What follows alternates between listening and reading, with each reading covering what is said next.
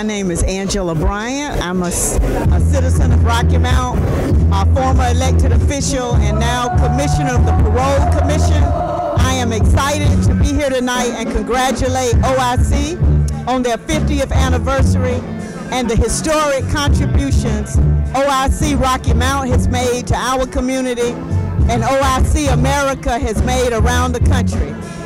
The amazing expansion that OIC has done in Rocky Mount into the arena of healthcare in particular is a valuable contribution to our community, along with their continuing work in terms of job training, job development, and economic development in our community.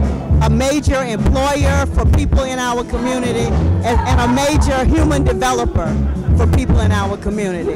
Congratulations to Ruben, the CEO, Andre, Chair of the Board, the whole OIC family, and to us here in Rocky Mount for sustaining OIC Rocky Mount for 50 years. Thank you.